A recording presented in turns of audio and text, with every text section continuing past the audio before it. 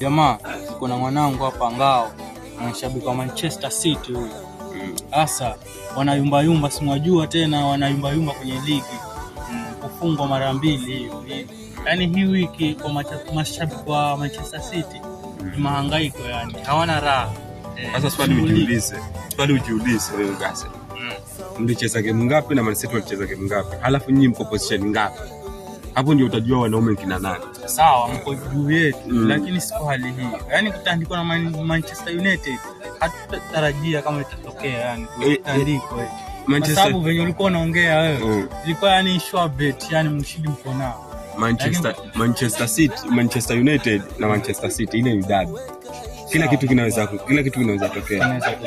Lakini mimi nasema ile labda mlifunga kwa sababu kwa alipika. Ni makosa na mapema. Yale ni makosa tu kidogo. Lakini pia wewe wasema defense yenu si iko na buku fulani, yani kuna wengine hawako wale ni muhimu kwa hiyo timu. Sasa labda hiyo ndio sababu inasababisha. Sasa ngoja nikwambie, shida sasa tumezitatua. Ole wake nitakayempata hapo mbele. Nimekusikia unaongea unasema kuna defense mwingine amekuja. Ndio nimekwambia ole wake anakuja hapo mbele. Pia yeye yake. Nyinyi msijali. Mimi nakusubiri sana kwa hamu na gamu. Chelsea nikupate. Nakuua kabisa.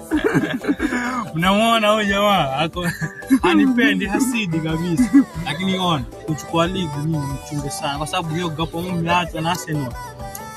Naona yani gap ya ngapi? Ya kama ni 29 hivi. Sasa Arsenal tulimtafuta hata points 15. Tena tukakuja tukachukua na pointi moja mbele. Sasa una kitu cha kushangaa hapo. Sawa, ameongea kama yeye. Hakuna kitu Arsenal anachukua. Arsenal hakuna. Yule ni Raila. Sawa, shabiki wa Manchester City waongea ya moyoni.